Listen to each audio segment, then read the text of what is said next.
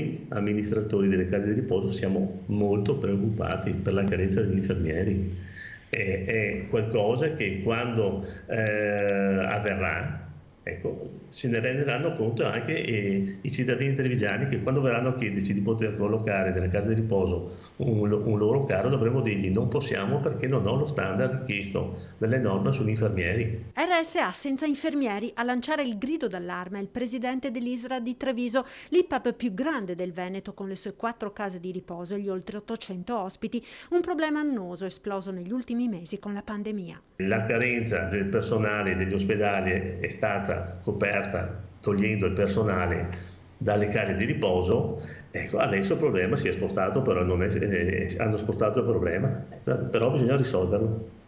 E non possiamo risolverlo solo noi, amministratori delle case di riposo. Il numero chiuso ai corsi di laurea, gli stipendi più alti offerti negli ospedali e all'estero hanno letteralmente svuotato la RSA dagli infermieri e in tutte le case di riposo del Veneto la preoccupazione è altissima. Guardate che se la situazione rimane questa, al di là del tema degli ingressi, noi fra 6 mesi probabilmente dovremmo chiamare i familiari e un terzo della popolazione anziana ospite delle strutture dovremmo invitare i familiari a riportarli a casa, perché se il trend della crisi infermieristica continua con i dati che io ho di questi giorni, noi non saremo più in grado di dare servizi